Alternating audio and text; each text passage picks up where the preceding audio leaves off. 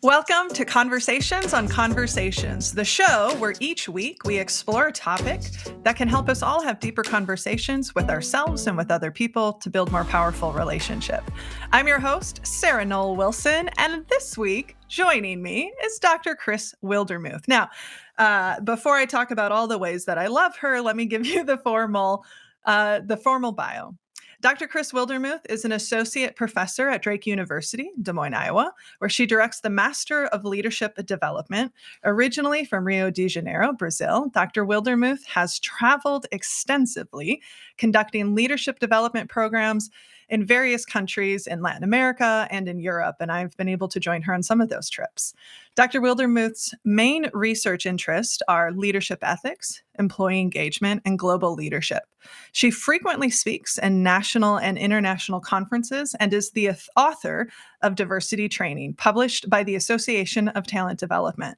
Her articles have been published far and wide in various academic journals, such as the Journal of Business Ethics, the Journal of Leadership Education, and the Journal of Psychological Issues in Organizational Cultures.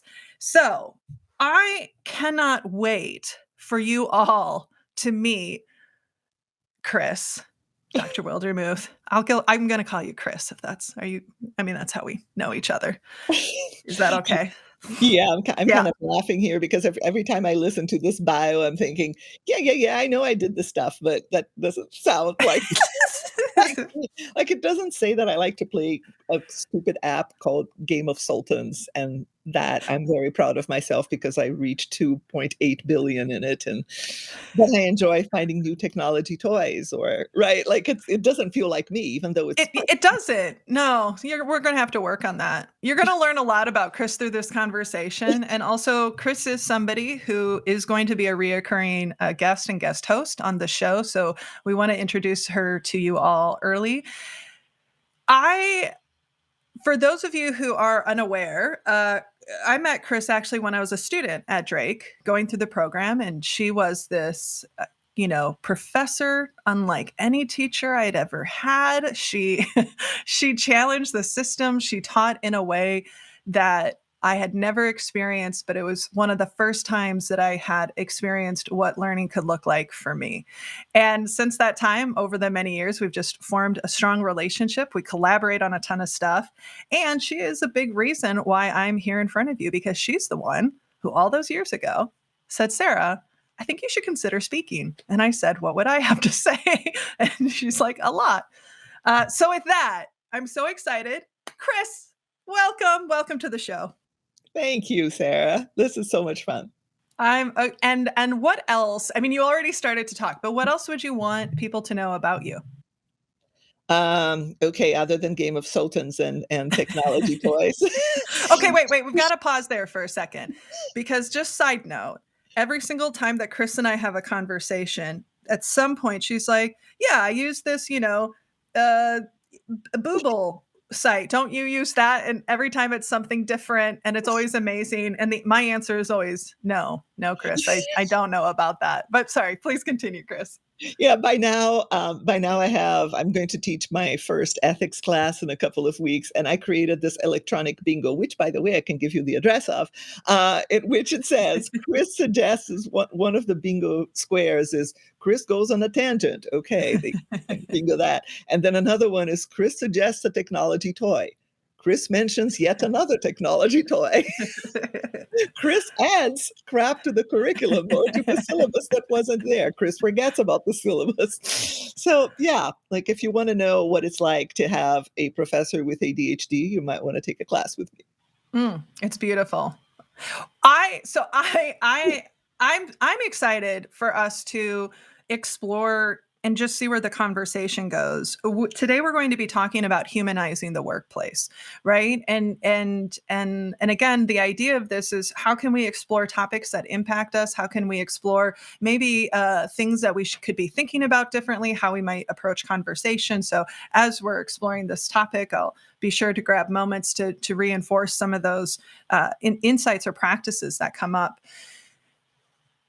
There's something really provocative for me in thinking about the idea of humanizing the workforce, right? Given the fact that organizations are largely built up of humans and led by humans and run by humans, and right and powered, even those that are in manufacturing or rely on technology, and yet we are in the year 2022, and we still have such a long ways to go when it comes to really creating workplaces that work for human. And when you think of the idea of humanizing the workplace, Chris, what comes up for you? The first thing that comes to mind, even listening to you right now, Sarah, is a little bit of sadness and a little bit of Mm, surprise that this mm, should even be an issue. At what point in our history, I'm suspecting industrial revolution, but at what point in our history did we decide that work and life were separate, mm, had to be balanced, and had to be treated differently, like you put on a mask to go to work? mm, And the behaviors that are expected of you when you go to work are professional behaviors. What mm, what do professional behaviors look like? What does professionalism even mean? mm. Um, and I'm looking back, you know how much I'm a fan of the Game of Thrones, right? Right, right. Other than my app, The Game of Sultans, I really enjoy the Game of Thrones, and I'm teaching an ethics class coming up using the Game of Thrones again.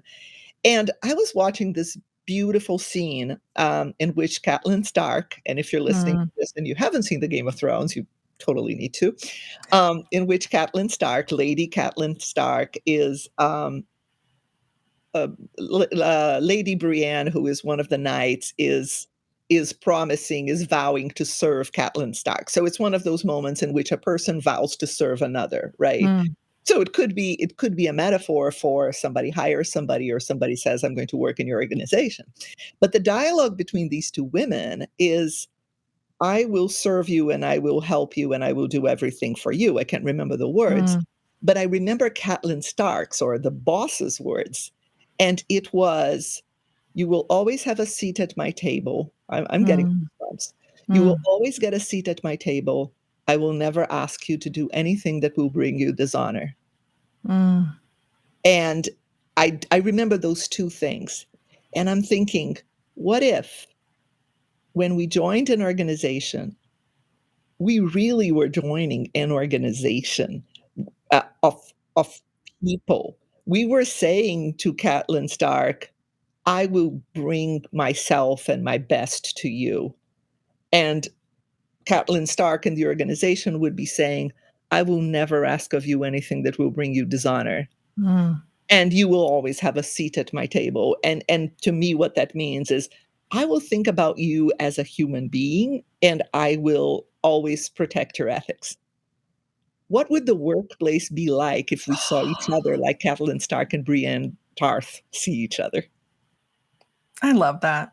I love that. I love that so much. And I'm thinking back to that scene, and as you were first sharing it, that was my thought too, is what would be possible if there was this, like, commitment to each other, and not just transactionally, not a contract, but this commitment to each other to say, hey, we are you're giving your most precious resource, which is your time and your energy, right, and your thinking and your emotional energy, and all of that. And I see that, and I'm going to make sure that you're always safe, you're protected, you're valued. And even though it might be, gosh, there's so many places we can go, but it's so powerful. It seems so simple. And I think your point about that you made earlier is a really important one, from the standpoint of this interesting separation of, here's how. Now, for some people, they may show up the same, good or bad, at work as they do outside of work. Mhm, But the separation of, what does it mean to be in relationship with each other? What does it mean to be, might use, like, in communion with each other, right? To collaborate with each other, to make these commitments together, mhm, um, in a way that serves both of us as humans, because we know that if I feel taken care of as a team member, for example, if I feel safe, if I know that I have a seat at your table, you're going to get the best of me. And when you get the best of me, guess what? The organization is going to get the best of me. Our clients are going to get the best of me. And yet that's not norm yet. Yes. Yeah. I'm even going back to like full circle to the very beginning of the presentation when you introduced me with the professional bio, right? Mm, And then I came and I laughed and I said, yeah, but that doesn't that's say not me. that's not me, right? Like that doesn't talk that that bio is for public consumption, Yeah. is what I have to present to the world so that the world takes me seriously. Because if I go out there and I say, hi, I'm Cris, I enjoy tech toys, I love my little dog Bambi, I'm a little messy, I just discovered I have ADHD and I'm tackling with that. That would not that would not make people believe that I can do anything or that I can Mm, lead. How sad is that? yeah. Yeah. Well, and also like, um, and in how many situations can we, not only lead with that, but we can't even exist with that, right? Like we can't even potentially bring those elements of ourselves to the workplace, right? And again, because of, well, what is professional? I mean, professional is a social construct, right? It's created. It's imaginary, right? We've created these. What does it mean to be professional? And let's also let's name it what it is, right? The rules of what it means to be professional in the workplace were largely created by those people who are in power, Mhm. which are white men, right? From a standpoint of a, like a white dominant culture too. And so when we talk about I'm excited to get into this with you. Humanizing the workplace isn't going to happen in your strategies, isn't going to happen in your like perfectly finessed, perfectly, you know, I don't know, perfectly edited statements or values. Humanizing the workplace shows up in every single interaction we have with each other and how we treat each other and how we care for each other. And I know in preparation for this, that was something you and I were talking about. And so I'd love to, hear your thoughts from the standpoint of what do you see companies spend time on that gets them away from actually showing up, right? And creating the safety that we all deserve. I'm laughing here because as you're talking about your carefully um, statements, I have such a problem with three things: mission statements, vision statements, and strategic planning. I This cannot tell is like blasphemy, Cris. You realize like there's going to be people who are like, but here's what I know, or here's what I do, or I make, yeah, yeah. So you. this is controversial what you're offering here, but I want to explore it. Well, I don't. Here's the deal. I don't mind that you think about what your mission and your vision are. Mission, vision, are. Sure. Right? I don't have a problem with that. I don't have a problem with having an open conversation about what are we all about? What do Mm, we want to do? What do we want to be known for? How do we want to differentiate ourselves from other groups so that there's room for all of us, but each of us could be very good in one thing. We can't be good at everything. mm, Um, sure, let's have a conversation about where do we want to go? Where do we want to be? Those conversations are powerful. The problem is that instead of having the powerful conversations, what we're doing is worrying about the wording. mm. So we spend hours and hours and hours pampering that crazy vision statement. I've participated in so many vision statement and mission statement conversations in my career. I can't remember a single vision mission statement. I have no idea what the heck the mission and the vision. Sorry, Drake. I don't have the foggiest clue what our mission and vision are. If you ask me, I'm going to have to go to the website. It says something. It looks really pretty. It's not guiding me Mm, because instead, I would like to be having more conversations about what are we all about? For mm, example, in the MSLD, the program that I direct, the Masters in Leadership Development, What are we all about? What do we want to do for the students? What do we want to do differently? Those conversations I'm all for. I don't care if that becomes a mission statement. By the time it's become a mission statement, it will probably have changed, Right. Right. And right? so yeah, and so often, like, I've seen firsthand, and again, right, like, it is important for us to understand why do we exist, and what's the impact we wanna make, and what's the work we wanna do, and, and also what kind of company do we wanna be, and how do we wanna treat the team members who choose to say yes to us, right? And how do we wanna show up, not just for our clients, but also for them. And, a concept that I know you're familiar with, that comes from the work of adaptive leadership is this idea of work avoidance, right? That sometimes we will spend time working on something to that actually it feels productive. Mhm.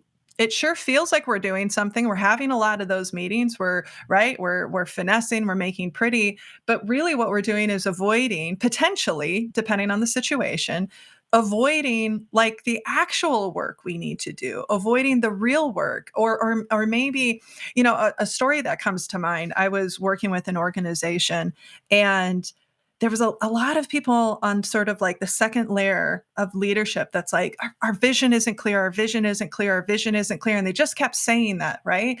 So there was all this effort, and all, everyone was brought together, and we spent, weeks, right? Hours and hours crafting this vision statement. And the people who said it wasn't clear were part of that. And once it got, communicated, I'll never forget one of the leaders, was just like, yeah, I don't think it's gonna, I just don't think it's clear. And at that moment, I went, hold on. Is it that it's not clear? Because you actually just spent time, right, crafting. I mean, you were part of it. And I had this moment and I went, is it that it's not clear, or is it that you don't agree with it? And what they said was, I don't think that our senior leadership team can actually execute on that, and that's what they believe our mission is. Mhm. That was the conversation that needed to happen, right? But we spent all this work avoidance doing, this very tactical response, to this situation. When people think I don't think we can execute it, um, you probably can't because you came up with a vision that is not real or Yeah. is not complete. It might even be true. It's kind of like my bio in the beginning of our conversation. It's Mm, true. Everything you said is true. It's just not complete. mm, And perhaps the problem is, we do a lot of work on personality, and I always say, don't use those super simple personality tools, 4 colors or whatever abomination you are trying to simplify things to. Yeah, I'm not fond of the colors one. But anyway, don't try 4-box stuff because and people say, "But I wanna make it simple." yeah. And personality is not simple, it's just too complex for you to simplify. Okay, I'm going back to mission and vision statements. Perhaps the problem is that vision and mission are always changing Mm, and they are very complex. They include pretty things and perhaps not so pretty things. They can't be put in a mission vision box that will be fun for consumption.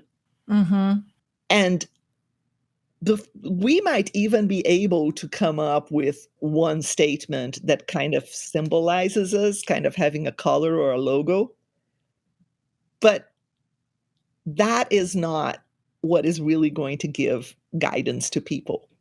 mhm. There's much more under that mountain. Yeah. We're spending time at the top of the mountain without understanding the mountain. Mm, It's kind of mm. like I want a helicopter to drop me on the top of the Mount Everest, and I just wanna show that top there, but I don't wanna do all the work to get there, Yeah. and I don't want to understand the mountain. I just want to see Yeah. the beautiful view. That doesn't work that way. Yeah. And yeah, and that, I mean, this is something that we're so passionate about in our work is, right? It's one of our core pillars of what it means to be a chronically curious leader is honor human complexity, Mhm. right? that, again, like you said, I mean, we want to simplify the things that are complex and ever changing and evolving. And whether that's with an assessment, to put people in a really simple categorization, because that makes us feel good, but we're missing this opportunity to pay attention. I love your language, Cris, of like, we want to be on top of the mountain, but we don't want to understand the mountain. Right. And it's like, I want a quick solution to the complexity that is you. And it's, each human is made up of, right, their personality, their lived experiences, their values, right? And those are always evolving and they're always shifting. And again, it's, to me, I always feel like it goes back to what are the conversations we're having with each other to understand that, right? And to really listen to it, and to co-create something, right, that serves everyone, and not just some, but all, right? Especially as we talk about humanizing the workplace, because the workplace doesn't work for a lot of people. A lot of people, it doesn't. No, no. And I've even had conversations with students on employee engagement, for example. And one student very frankly told me at the end of the whole class about engagement and psychological safety and flow and being so in love with your work that it becomes part of your identity and all those good things, right? Oh, sorry, that's Hi, Bambi. Mammy. Bambi must be very upset at something. Um, so um, so anyway, my student said at the end, you know what? I don't care about all that. I just want to be paid and I want to be paid well so that on weekends and in my vacations, I can do the stuff that I really want to do. Hmm. And what I felt at that moment was profound sadness Yeah. that this is their life, right? Like this is this person's life. And this is so many people's lives that they had to carve. This is what I do for work. And at work, I'm going to wear a mask. I'm going to be professional. I'm going to do professional things. There's Bambi again. Bambi also disagrees. we're, Oh, we're we're firm believers on this podcast that life will happen and as much as we want, right? Like things to be quiet. Oh, now Buffy's into it. To be perfect. I mean, what's a better human moment than you got dogs? They're real excited about something. Yeah, so we just embrace that. I think that's the best thing that the pandemic did for us is that we stopped meeting in sterile offices. All of Mm. a sudden, our offices became messy because we were at home, and the kids start saying something, and the dog, and the cat, and the whatever, and that's in a way, it's so interesting. It just occurred to me that we've humanized work by taking people away from their offices, Mm. which is Mm. darn fascinating. Mhm. Like, Yeah, I all of need a sudden, our colleagues are human beings. They have kids, they have dogs, they have right. light that doesn't work, they have phone ringing, and that is not considered professional. I think you just hit on some I need to pause on that a second. Because obviously there's been some, I mean, it's like there's good and there's bad. There's consequences to it, from a standpoint of blurring the lines, maybe not being able to separate yourself, perhaps even increase judgment or bias, right? Suddenly, if you're in a toxic workplace, it's in your home, you're safe, your sanctuary. But Mhm. but then there has been incredible benefits of, I mean, because let's be very clear that so much of how our work is still structured, so much of it comes from the industrial age, right? It comes from working with machines. It comes from, right? Like we're all about technical fixes. We're all about efficiency. We're all about, and again, as humans, we're complex, and there are days when we're tired, and there's times when we have, different needs, or we have different sides of ourselves. And it is an interesting consequence or side effect outcome, maybe, because I'm thinking there was a client we were working with real shortly after sort of everything shut down in 2020. and they're doing an all company meeting. And he was a younger CEO. And literally, as they're talking, his little 2-year-old just climbs on his lap. And and I remember thinking, and then of course everyone's like, "Oh, hi," saying her name because clearly this wasn't the first time. And and I remember having a reaction of like, "Oh, I'm not used to seeing that." Right? Or I'm not used to seeing people in this position be a daddy, be a mommy, be a right, like an aunt or a dog parent or a cat parent or whatever the case is. And you know, uh, a couple months later, I remember somebody that we were working with.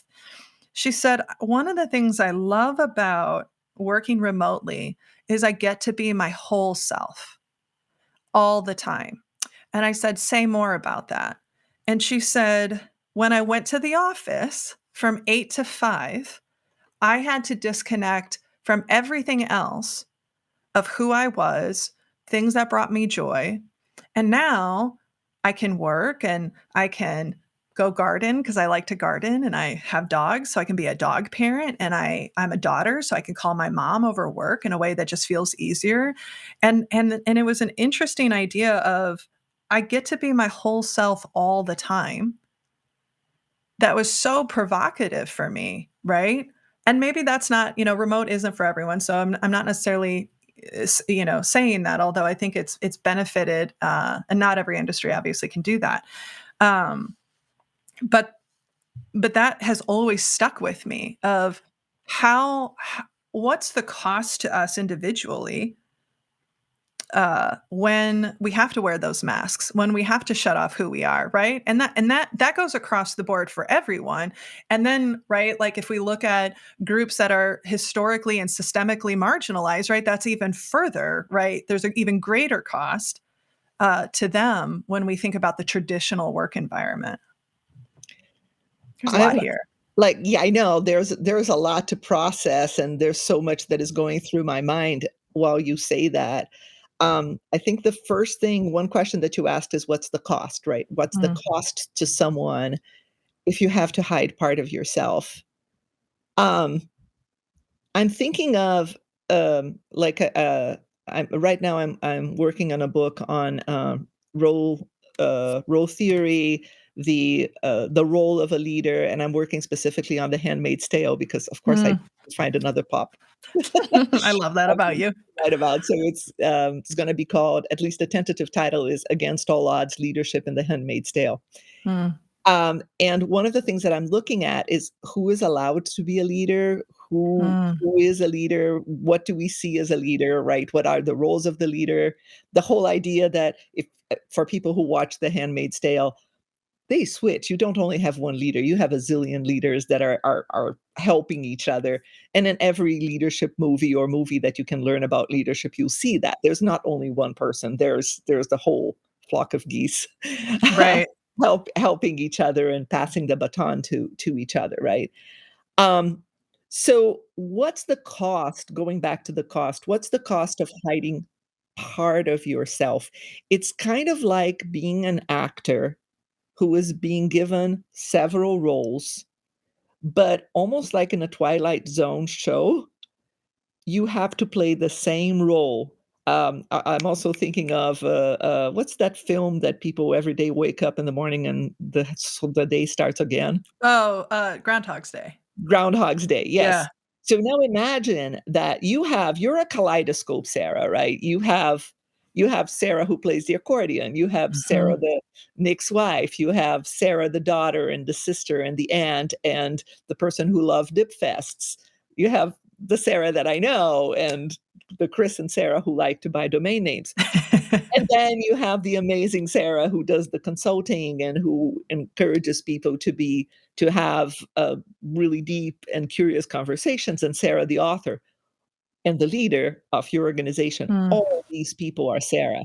But what I'm saying to you, instead of saying like Kat Stark, "You will always have a seat at my table, and I will never ask you anything that is dishonorable to you." What I'm saying is, I am buying 8 to 10 hours a day of your time, typically more. It could vary, sometimes Mhm. 12.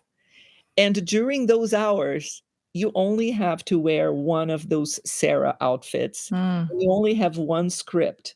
Mm. That's the script you have day after day after day after day. You don't get to get out of that script until you go home. Mm.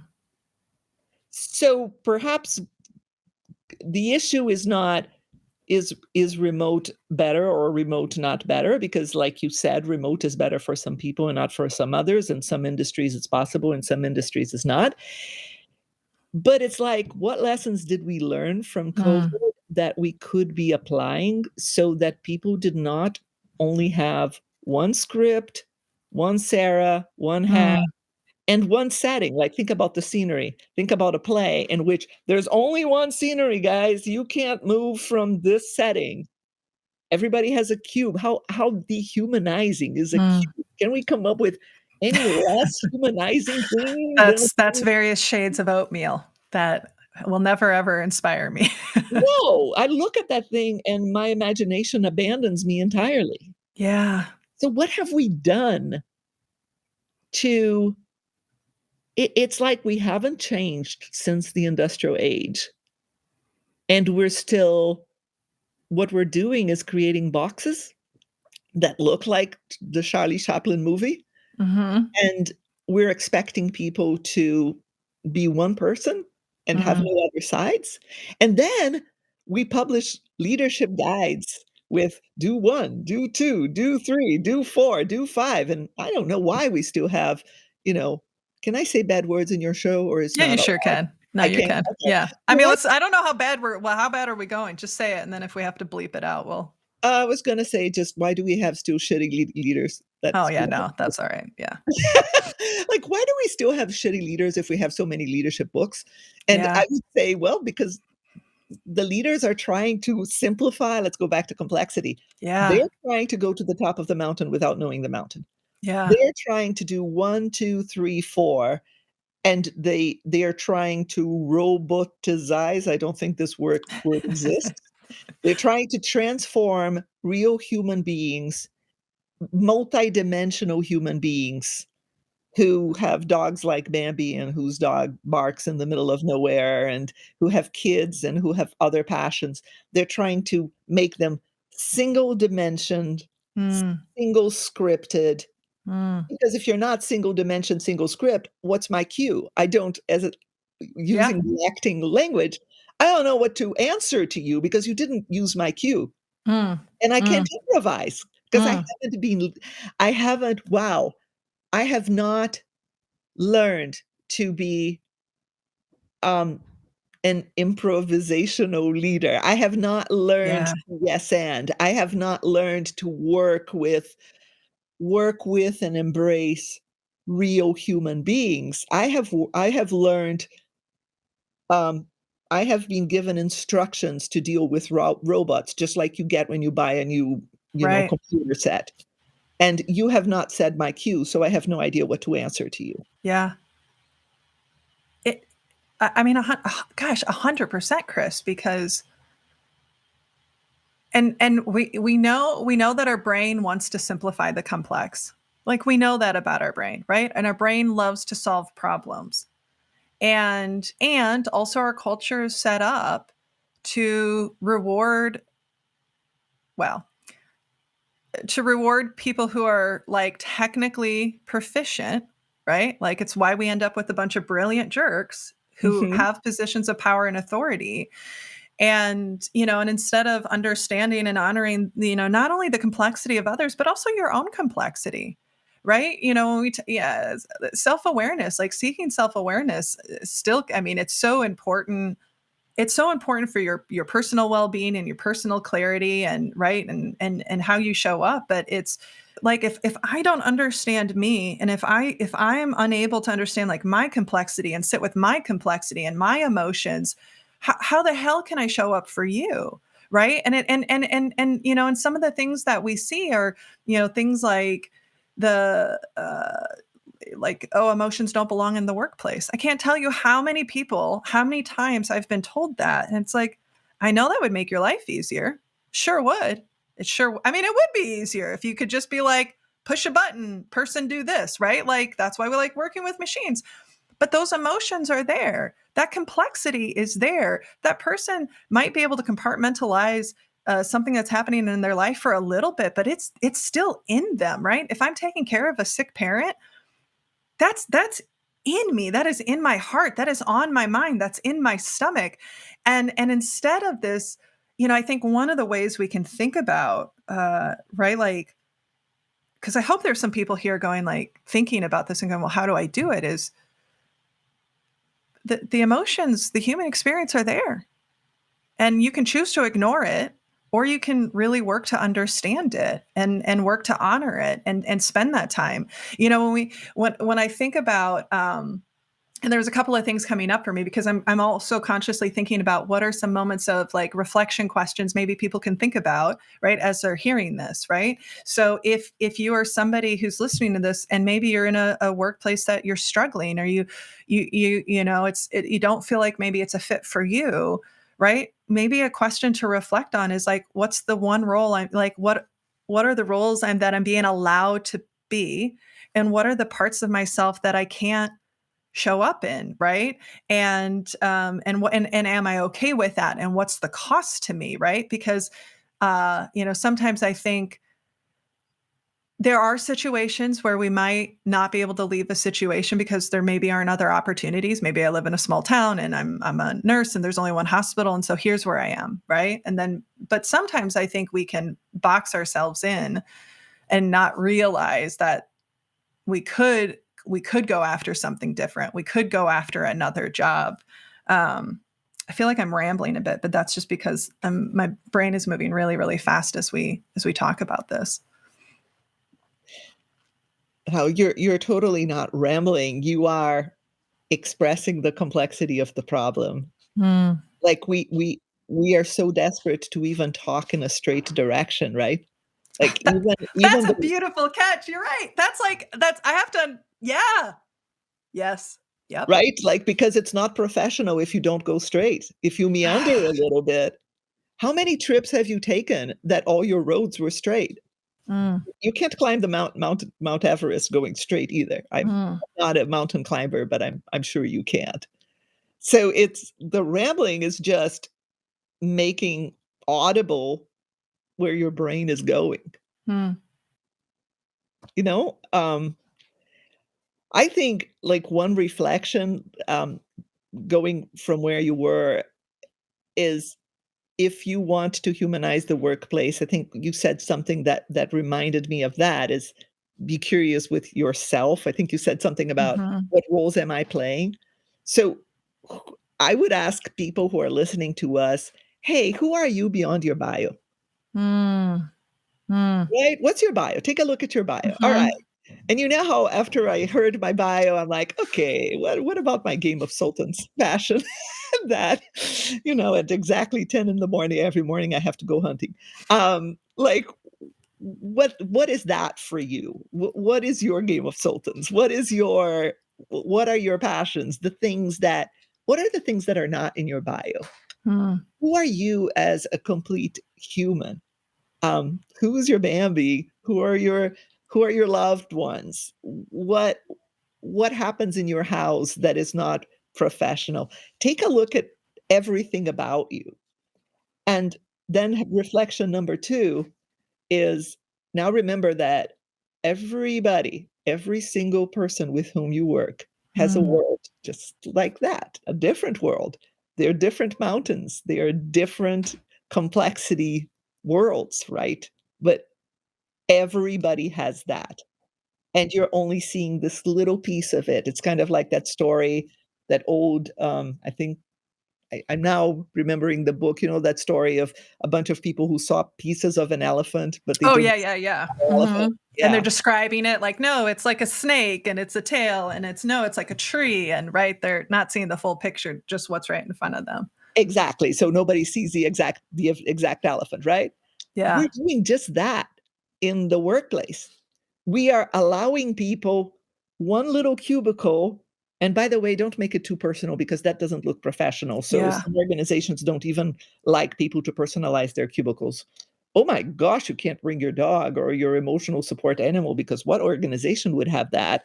And by Yeah. all means, wear a uniform. Even companies that don't have uniforms, they want you to dress a particular way, Yeah, and you they bet. want.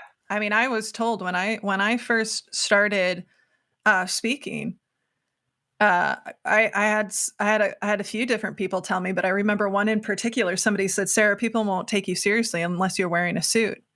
And anyone who knows me knows that I'm not a suit person. So I was like, "Okay, boy, I guess I should wear a suit." And I'll never forget. I was speaking at a conference, and my friend Gina afterwards she came up to me and she said, "That was amazing, and you look good, Sarah, but you don't look like you." And it was such a, like, moment of, right, I was feeling like I had to fit myself into a box, and then, and then was like, "Oh, okay, like, I'll make sure I'm clean," like, I'll shower, I will right? I won't I don't inappropriate even that as a conversation, but, like, pushing against those rules we've created, right? These rules we've created for how we're supposed to so anyway, so that's what was coming up for me, but I wanna go back to what you were unpacking because it was really powerful. Yeah, it's like the whole point is that going back to role theory, and role theory, by the way, famous author Biddle, old 1975, 1979 is some of his writings, and then it went on from there. And actually, when the father, I guess, or a major pioneer in employee engagement, who is William Kahn, wrote about engagement in his, I think it was originally his dissertation. He worked from a fellow called Goffman, whose Mm, work is even older, and was all based on theatrical metaphors. mm, So the theatrical metaphors that I'm using come from role theory and come from Goffman. They use terms such as script and setting mm, and audience and so on, right? So that's why I'm using that. Um, so going back to that, you're only seeing one act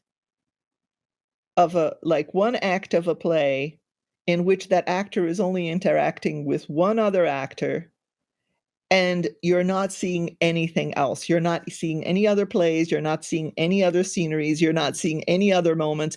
It's like you got that little piece of the play, but mm, you think you understand that person. mm.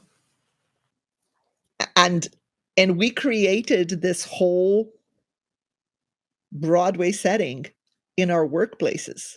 It's a pretty boring Broadway setting. It would be a terrible Broadway show. It Right. would totally fail. It wouldn't be interesting at Uh, all. it's almost like somebody above said, "Hey, let's create the most boring, sterile looking, ugly carpeted, excessively cold and sterile place that looks like a dystopian future instead of looking from a place of joy. Yeah, And let's call that the workplace. And yeah. let's put people in little boxes in there, and let's tell them exactly what to wear." And by the way, we have a very low budget for outfits, so it only has to be that one type of outfit. Mhm, You can just vary the colors. And then let's tell them what to say, and then we know what to say back because, mhm. we We have memorize the the script. script. We have the script, we have the books to tell us what to do. And then at the end of it all, let's be surprised that engagement hasn't changed and Right, that people don't feel human. right. That they don't feel safe or the fact that people are, you know, the great resignation is happening, Mhm, right? Like, it's and it's and that's like, it shouldn't surprise us, right? And so then, what happens is, "Oh, our engagement scores are lows. Well, we better do something," right? And we jump to that simplified technical fix. And, mhm, and for me, I feel like when I look at the companies that I have the privilege to work with or observe, that I would say do it better than I've seen it. It always comes to one I'm trying not to oversimplify it, but like there's one core consistent thing, and that is a deep care, like a deep care for the people that they work with. Mhm. And it's consistent. It isn't conditional, right? And what I mean by that is, sometimes, maybe we'll hear people, maybe they're having high turnover. Well, people just don't want to work, or they should just be grateful that they have a job. I mean, these are real things I've heard people say. And it's like, well, that tells me that you don't actually value them as a human. You don't actually value what they're bringing to the table. So is it that they don't want to work? Or is it that they don't want to work for you and at your company? And like, and not that that's going to be the case for all situations, but the companies that do it really well are the ones who, they understand how important that psychological safety is. They understand and are working to constantly look at what are the ways that we might be creating harm. They genuinely, they aren't checking a box when it comes to diversity, equity, and inclusion. They're genuinely doing the work of reflecting and unpacking, right, their relationship with race and power and all of that. And again, it comes back to like and genuine care. And it's interesting because as we've been talking, and I hadn't made this connection, but right, that idea of like, what do we lose? We lose our sense of self. I've experienced it. I know you've experienced it. Mhm. Had to fit into a box, was doing I mean, even my boss at the time knew that this wasn't a fit, but they were like, "We love you and you have so much to offer. We just don't know what to hell to do with you." But like Mhm. I lost a lot of confidence. You hear stories, Minda Hart, who just released this amazing book, Right Within, and she talks about healing from racial trauma and how much a sense of doubt comes into play, right? When you aren't able to bring your whole self, when you're experiencing a toxic or traumatic work environment. And the thing that's coming up for me is at, at work, just as we are in our personal world, we're in relationship with each other, right? It is a relationship. Mhm. And even though we might think it's transactional or want it to be transactional, we as humans desire, right, connection and belonging and safety. And if we look at it through the lens of, say, like marriages, for example. So Dr. John Gottman, he's kind of a grandfather, if you will, the Gottman Institute. They do a ton of research on marriages and relationships. And one of the studies that was so fascinating to me is they can predict with incredible accuracy how likely it'll end in divorce, how likely if it doesn't end in divorce, it'll be unhappy, right? Within just 10 minutes of observing a couple. Incredible accuracy. And I'm going to share like what they found is like one of the key things, and then we'll apply it right to what we're talking about. Mhm. It was the number of times the people turned towards each other. And what I mean by that is not physically, but emotionally turn towards each other and their needs. So, for example, if you have a spouse that likes baseball, and let's use Nick and I for an example. I married into a Kansas City Royals fan. I wasn't, family. I wasn't a huge baseball fan. But let's say Nick's like, oh, yeah, the Royals are on. And my response is to turn away and go, ugh, there you go again with the baseball. Ugh, here we go again, right? That's a turning away. And what I'm telling him is he's not important to me, and what's important to him isn't important to me, right? But if I turn towards, it's honoring and acknowledging, right? And getting curious about, maybe celebrating, supporting. Oh, this is important to you. So I'm gonna like turn towards you. And so apply that to the workplace of when we don't turn towards each other in our full kaleidoscopic, is that a word? Nature, right? Mhm. We we aren't we'll never have those really deep, like healthy relationships. And they don't need to look the same as romantic or friendship or whatever. But my God, if I'm going to be spending 50 hours a week with somebody and you're going to be on my brain for years, I at least want to feel safe with you.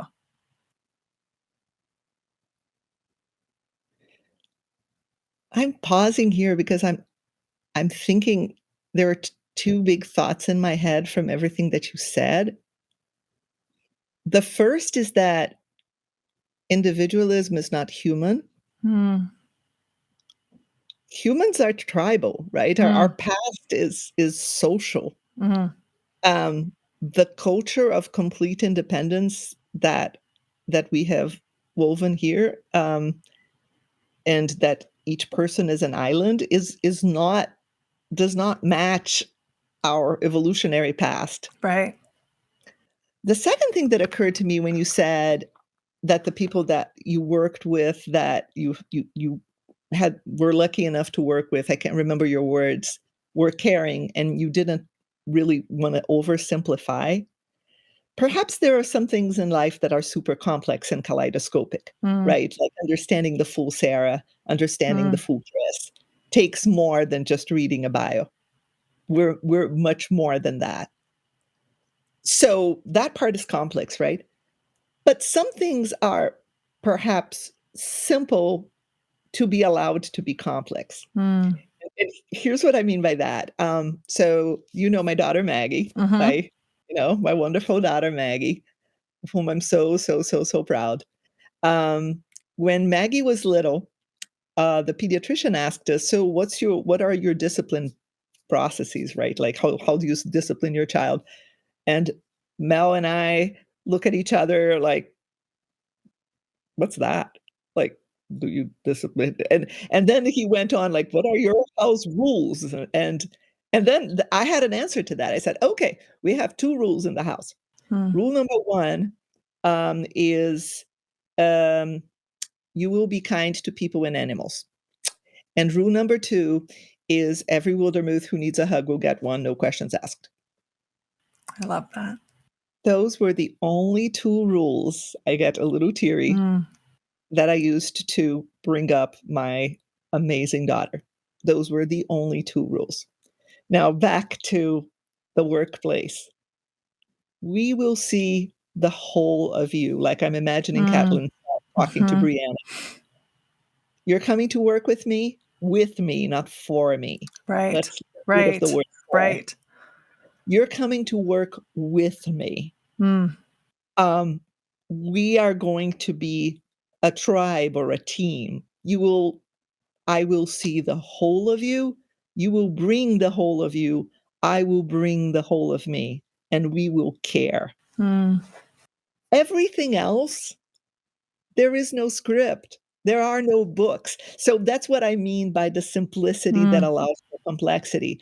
My rules for Maggie, why were those the only two rules? Because pretty much anything can fall into you will be kind to people and animals. Think about that. Yeah.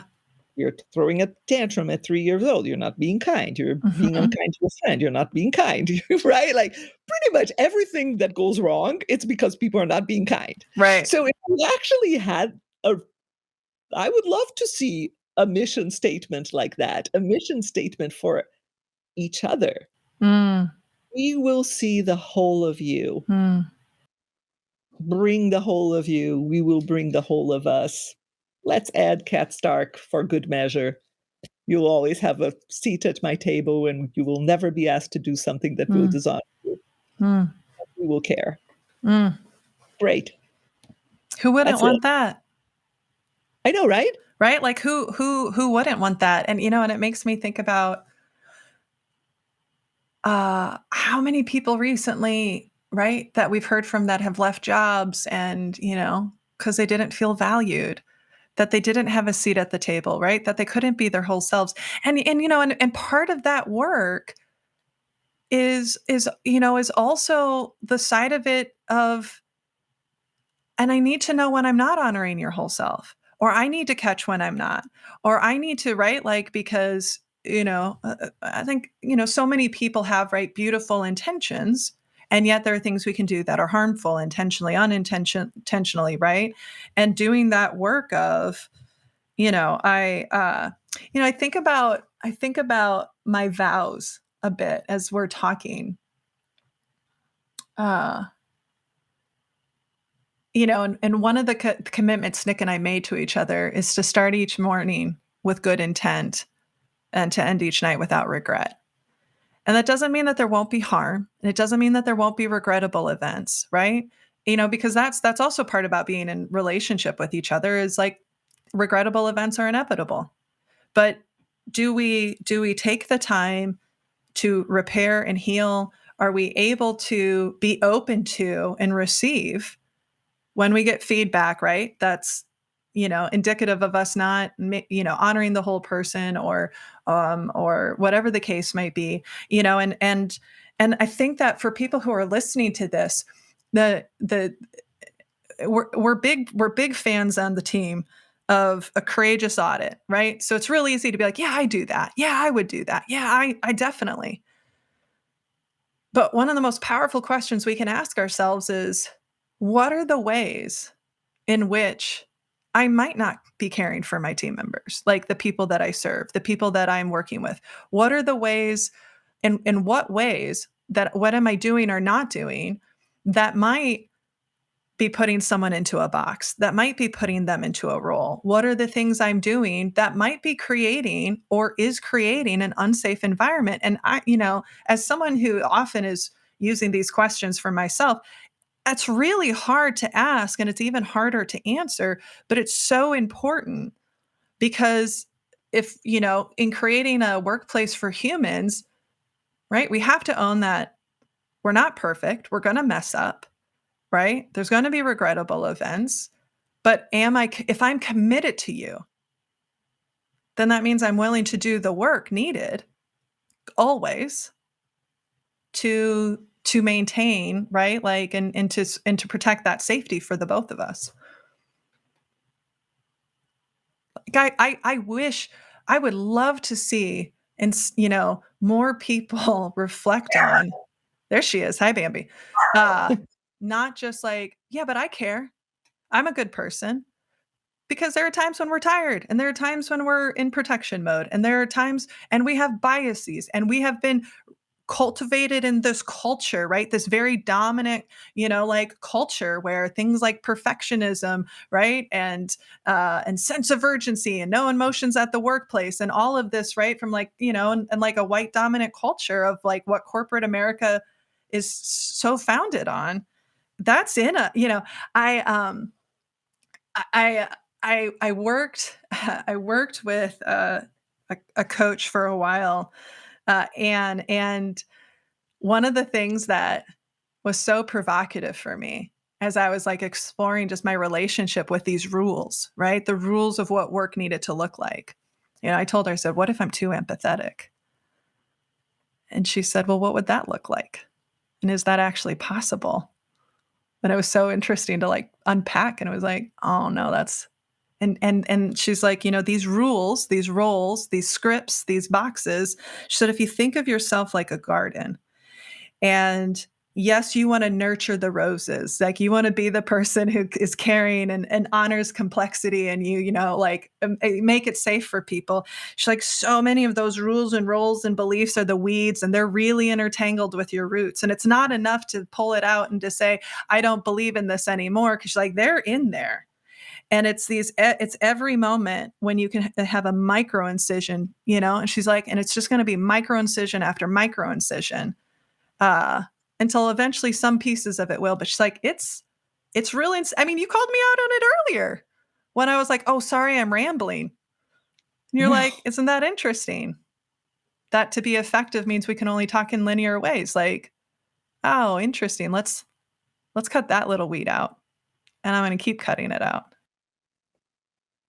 And perhaps we need to be gentle with ourselves and people listening too, because what is occurring to me when you talk about all the weeds and all the rules you were given, all the scripts you were given, all the boxes you were given, we have an entire system that is much bigger than us. Yeah. This is and to challenge this process is not will not happen just with Sarah working or Cris working. It's a massive culture change, and culture change is extremely difficult to Mm. obtain. What, we Like, can't just do a workshop and slap up wall like words on the wall? Isn't that what? Sorry. yeah, like, you have to look at everything, right? Like, Mhm. one thing that I was thinking of here is that our time, the way that we measure our time. First of all, we're very rigid with our time, right? Like we have Outlook calendars and what's the default of Outlook? Half an hour. Mm, Sometimes it's even 15 minutes, but it's usually half an hour. So it's you can't understand the kaleidoscope of a person and you can't understand what you've done wrong or in what ways, if you're a leader, you can't understand in what ways you are making somebody unsafe in a half an hour conversation. You mm, just can't mm. unless you're some kind of a genius. There's Bambi. Bambi doesn't like that idea either. Um, it- you need more time. So then Yeah. it's a matter of what are leaders being asked to do? Um, with their time. Mm, How much part of their time like, one thing that I would ask is, how much of your time, leader, listening, are you spending controlling people? mm. Would you spend part of that time understanding people and helping them be safe and creative? Would that reduce the amount of time that you have to spend controlling? Mm. How much time are you being asked to do crap? Sorry, Yeah. like, Yeah. you know, Tasks. yeah, like mission statements and things, reports after reports. Like, how much time are we spending reporting? In Mm. fact, it would even be like a good exercise for people, even though it's painful, to track your time. Use a hey, I have a tech toy Do you for have a that. tech toy for that? We'll put that in the show notes. Oh, yeah, there is something called Toggle, and then there's a free one called Tracker that I use to track my time, and it really helps me. And then you can issue a report at the end. How much time are you actually spending as a leader understanding your people Yeah. versus all the other crap that you're probably given to do? And maybe understanding how, like, do an audit of your time for a month. Take a look at that report. Your problem could be right there. Yeah. You are only allowing yourself the time you've gone to see, I don't know, the I'm thinking of The Circle of Life. You've gone to see The Lion King in Broadway, and when they start, "Ah, Sylvania," you leave, because that's the only time that you have an outlook for a Microsoft Teams meeting. You didn't see the rest of the show. You have no idea what's happening afterwards.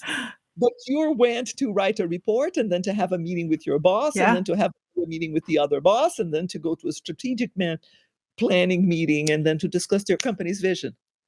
Right. Right. That's a good callback, Chris. In the improv world, we'd call that a callback. And to your point, like, and some of that you might not have control over because of the expectations of the system or the expectations of your leaders. And when we do work with teams and leaders about uh, how to really build those relationships, right? Those commit, that committed relationship with each other. One of the things we often hear is like, that's just not efficient because again, our culture, right? Mhm. Because so much of our work is, like it's efficiency, it's efficiency. And, and my colleague Teresa, she made the point one time of like, you, I hear that, but the more time you spend up front on a relationship, actually the faster and further you can go together.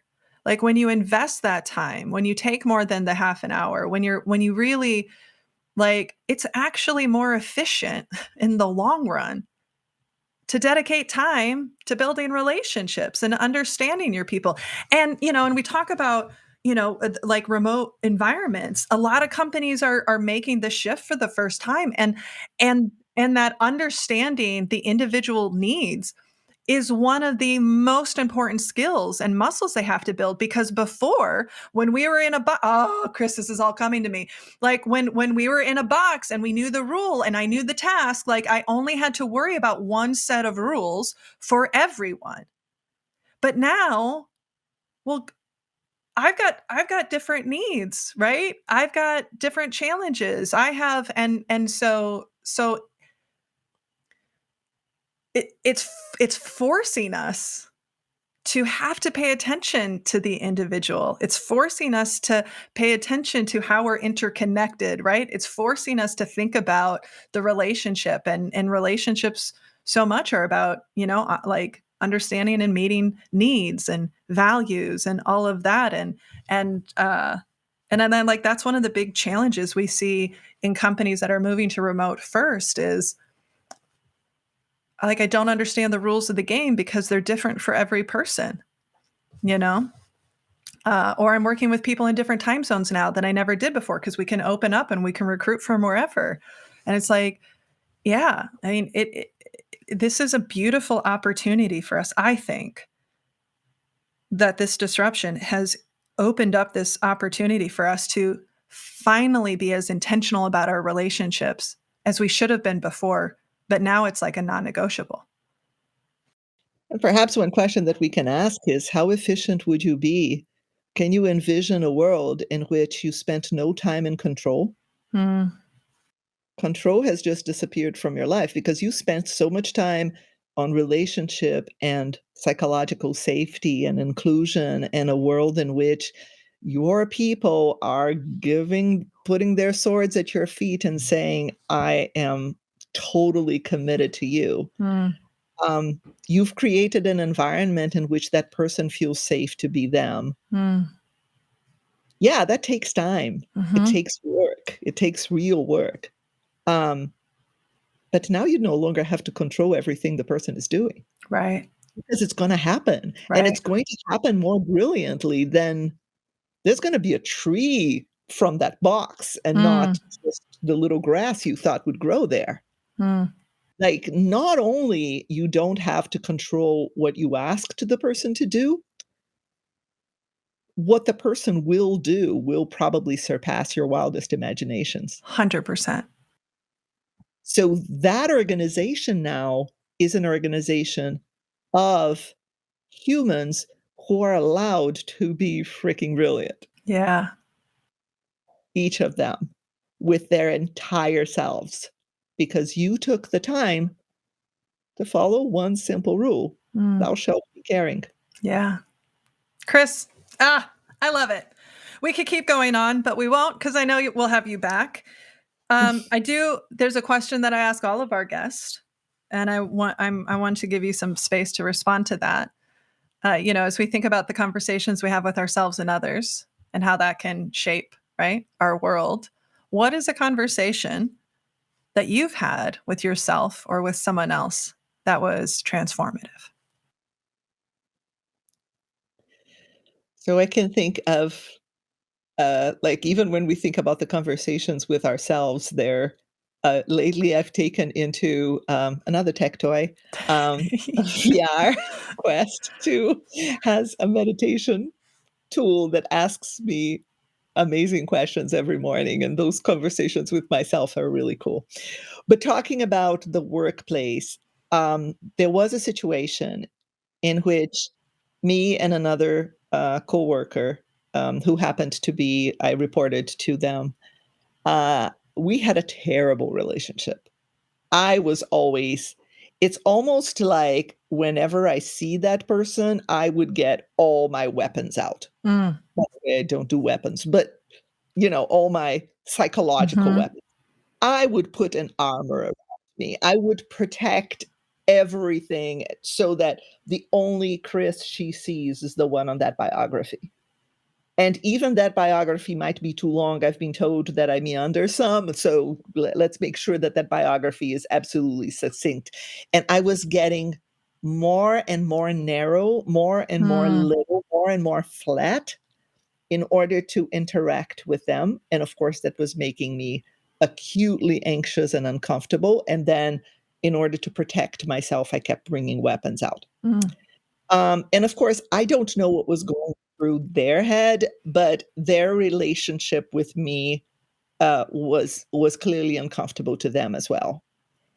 And what it took was a third party, another person who knew us both and who liked us both and who thought we both were amazing humans and who couldn't understand why we were like fighting a buck in a boxing ring every time we met. hmm. It's like, what's up with these two? They're perfectly lovely people outside of whenever they're with each other, they're nasty. Like, what the Sure, heck? yeah. And this person led a conversation, like facilitated, mediated a conversation between us. And we realized in that conversation that both of us had all sorts of bad assumptions about the other. Like, I thought she hated me. Well, I gave it a she. It was a she. I thought she hated me because of some things she had said. In reality, it was somebody else who had said them. She was just trying to protect me and trying to intercede. Um, there were all sorts of things that she had no clue were bothering me. Mm. Did not bother her. They bothered somebody else, like some higher up told her to tell me, one of Mm. those things. Mm-hmm. And I'm thinking she's going to the higher ups speaking against me. And in reality, she is just trying to protect me from the higher ups. Like, Hmm. there were all sorts of assumptions. And ever since we had that conversation, that open conversation in which I said, I'm annoyed, I'm pissed, I'm hurt, I'm blah, blah, blah, blah, blah. I vomited the entire Chris.